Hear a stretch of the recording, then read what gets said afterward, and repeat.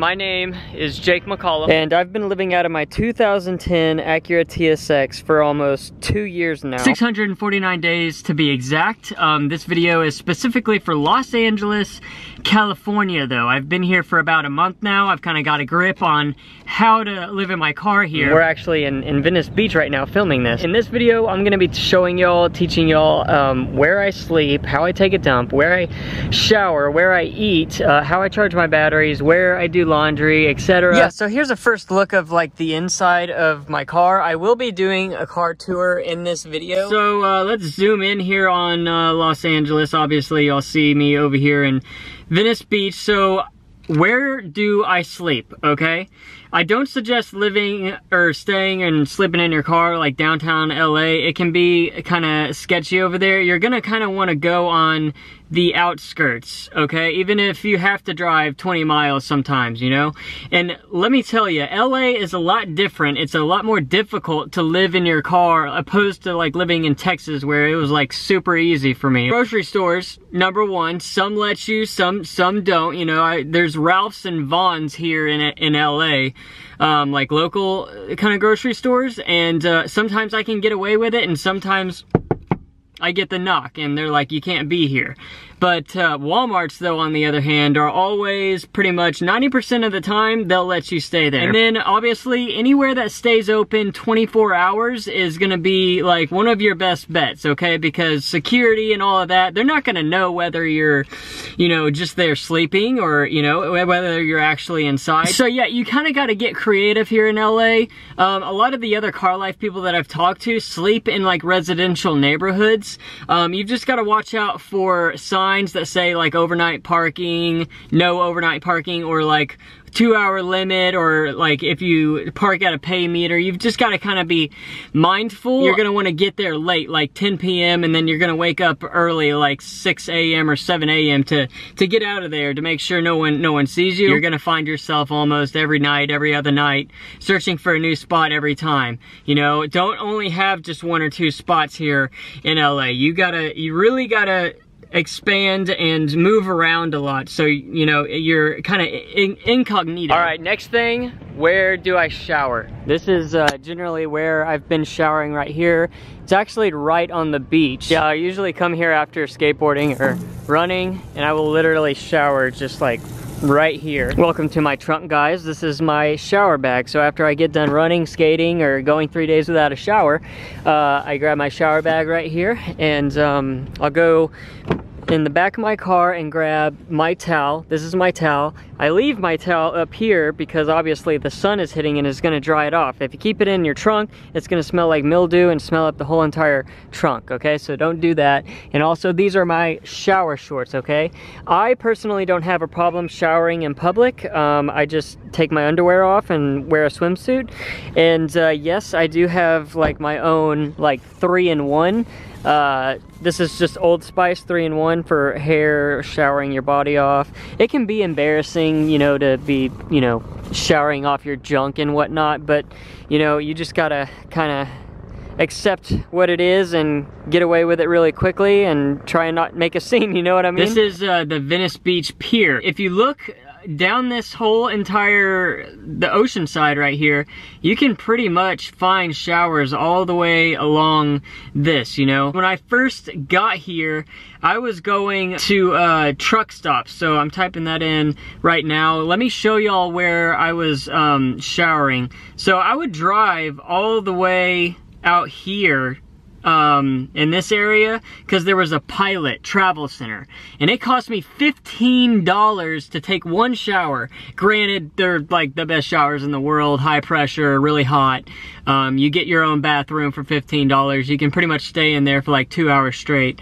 And then there's another one way out here somewhere, but it ended up putting a hole in my wallet. And then I've also heard a lot of the subs have told me to check out the YMCA. There's like programs where you can be on a wait list to be able to take showers. I haven't done so much research on that myself. I've just been taking showers here on the beach, and that's worked fine for me. Next thing is, how does mail work, okay? This is where it's nice to have friends or family around where you live, because you can just have your mail sent over there. But if that's not the case, they do have like those Amazon boxes that you can use, like that just are around town. And keep this in mind, you can always have things sent to a USPS, especially if you have a PO box, which is what I had to do when I got here. I got a PO box, and that cost me like $64, I think, for 6 months. And speaking of friends and family, if they will allow you to do laundry at their house, that's a great way for you to get your laundry done for free. Pretty much what I have to do is I go to coin laundry places, and there are tons around. You're never not going to be able to find one of these, but pretty much it'll cost you like less than $5 to do a wash and a dry, depending, I guess, on how much clothes you have. I really don't have much because, you know, living in your car, you have to learn how to become a minimalist. So this is where I leave my laundry detergent right here. I use my own. This is where I keep my shoes. This is where I keep my athletic shorts for running, skating, etc. This is where all of my shirts are, okay? And eventually you gradually get to the bottom. You get to flannels, sweatshirts, etc. Pretty much all my tops are right here. This is where I keep all of my pants right here. Right here is where I keep all of my shorts. And then this is my sock drawer sack, whatever you want to call it. And then this is my boxers and briefs right here. Yeah, so that's pretty important as well. Where do I take a dump, and where do I pee, okay? Well, since we're in California, like, if you're close to the beach, there's always like public bathrooms over here that you can use. Other than that, like, you know, grocery stores, retail places, sometimes you gotta get creative and just take a dump on the side of the street. You know, I've had to do that once or twice. I'm kidding. If it's nighttime though, and you can go behind a store, like, and just whip it out, or you're not afraid to like pop a squat or whatever, do your thing, girl, or boy, whatever. But yeah, I'm a delivery driver. I work for multiple companies, and so I'm in and out of restaurants all day, so it's really easy for me to just like use the bathroom there. I'm about to get real hungry after talking about this, but Jake, what do you eat? To be completely honest, I eat out a lot. As far as food goes, in the morning, you know, I'll eat a Nutri-Grain bar, or get a bacon, egg, and cheese or something like that. Nothing fancy for the morning, okay? And then throughout the day, I eat snacks. These are probably the most unhealthy thing in the world. That's cookies, Cheetos, extra toasty Cheez-Its are my favorite. Nutri-Grain bars, obviously. Dark chocolate's good for you. But this right here, these are like, I got 4 little loaves of bread, like sandwich bread, for $1. And I will go to a local grocery store like Ralph's or Vaughn's here and get like a 1/4 pound of my favorite meat, okay? And that's about under $3. And so I can nibble on sandwiches. You know, for lunch, I like to keep it cheap but healthy at the same time. Dinner is when I usually splurge a little bit, you know? Since I'm in a new city, state, you know, I'm willing to go out of my way to like try something new, you know? And so it's always kind of different for dinner. All right, next up is how I charge my phone, my batteries, my cameras, everything. How do I charge all of my electronics, okay? So pretty much I go through a lot of gas, okay? I leave my car on to charge things, so I'm pretty much using my battery, yes. And no, my battery like never dies, okay? If it's big suggestion, go ahead and purchase like an actual like really good battery that'll last you a long time, okay? So let me show you what I have to charge my stuff while just leaving my car on. This is a micro USB to charge things like my wireless headphones right here, okay?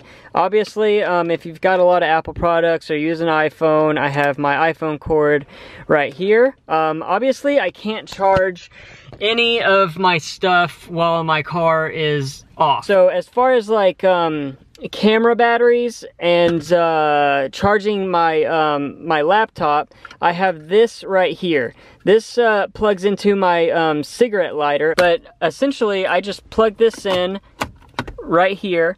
And then, for instance, like I do need to charge one of my camera batteries, so I just plug that in, take this out right there, and this just plugs in just like that. You can find this, or you can buy this. This was like, I think, like 20 bucks at a Best Buy, I believe, and just plug in an extension to this so you can be charging multiple things, you know. And also, if you have any more questions, or if you are a nomad, make sure to leave some more questions or some more helpful information down in the comments below. But now I kind of want to give y'all a car tour. So I told y'all that I made modifications to my bed. You know, I used for the first year I just slept in the front seat, and then a guy that I met in Austin, Texas helped me build a bed, so shout out Mike. So we pretty much built this contraption right here. So as you see, this is my daily stuff, my backpack. I got Propel right here, cranberry juice, stuff I sip on during the day, and then my filming stuff, obviously my snacks that I showed y'all, extra storage down there where I usually keep my sleeping bag and blankets, all under here. There's a bunch of space, and pretty much what I do is I pull this over like this, like that, and now it is a flat surface that I can sleep on. And this part right here, it actually comes out, so I just release this latch right here, and the back seat right here folds out like this, and I just take it out and I put it over there.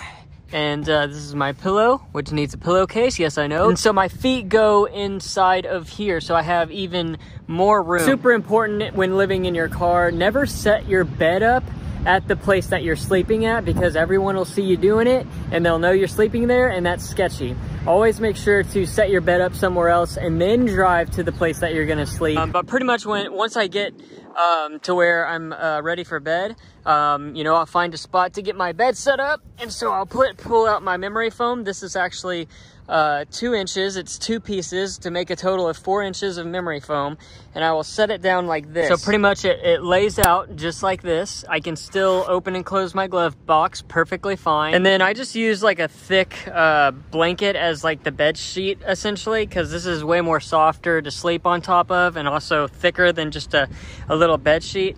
And then I take my sleeping bag right there and I lay it out just like this. So the sleeping bag goes all the way up there and then goes all the way down into the trunk. When it comes to like hot and cold, when it's hot, like I just wear gym shorts when I'm sleeping, and sometimes I do have to turn on the car for air conditioning when it gets super hot. So when it's cold though, I would suggest getting like a 0-degree sleeping bag. But this has worked out perfectly fine for me here in California.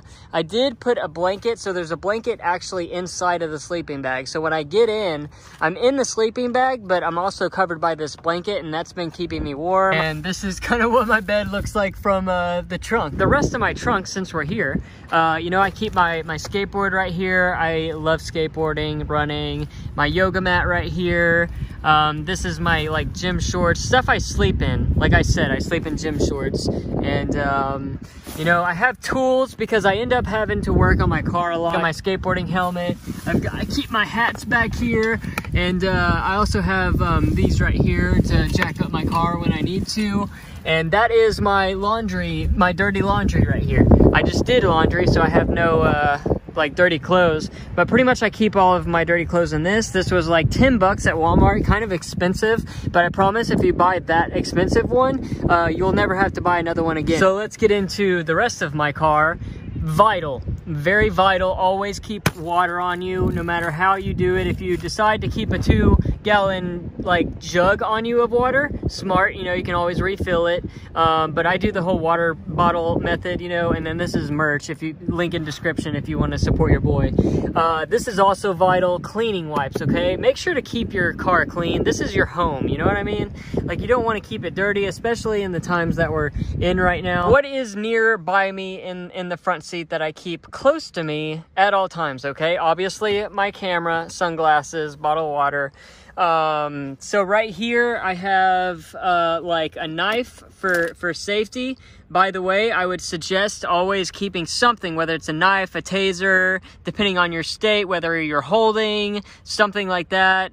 Super vital when you're living in your car. Other than that, markers, pencils, stuff like that. And then we come over here to my driver's side, little pocket right here, and I brush my teeth like 3 times a day. Obviously everyone should. So I've got this right here, toothpaste, toothbrush. Also I keep my floss right here. I eat in my car most of the time, so I've got a whole bunch of silverware, plastic silverware, and always keep napkins and paper towels on you. I can't tell you how many times a day I use napkins and paper towels for just random stuff, okay? If you can, just buy like paper towels and keep them in your car, but for me, I just like stack up on napkins just in case. So the glove box, what do I keep close to me in my glove box? Mostly medicine. So I've got some Tums here, I've got some ibuprofen. I've already showed y'all how I charge my batteries in the morning, you know, put a little hair gel in there, you know, put a little bit of sexiness on myself. Hand sanitizer, vital for the times we're living in. Wireless headphones, my gym membership that doesn't work here in California, my P.O. box keys, notes for writing, receipts, an extra knife, etc. Yeah, guys, that about covers it. LA is a beautiful place, and there's a lot to do here, which makes it worth it. But if you ever plan on doing car life here in LA, or you're thinking about coming out here, I'm just gonna tell you right now, it can be pretty rough. This is literally, out of all the places I've traveled to, the toughest spot for me to do car life, but it's definitely possible. I've been here for about a month, and I plan on being here a lot longer. And so if you wanna make it work, you'll find a way to do it. Again, if you have any more suggestions or you have any more questions, leave them down in the comments below, or you can reach out to me on my social media right here. I got Instagram and Snapchat right here. Other than that, please give me a like. Tell your friendly neighborhood Spider-Man about the channel, your family and friends. I love y'all, and we'll see y'all in the next one.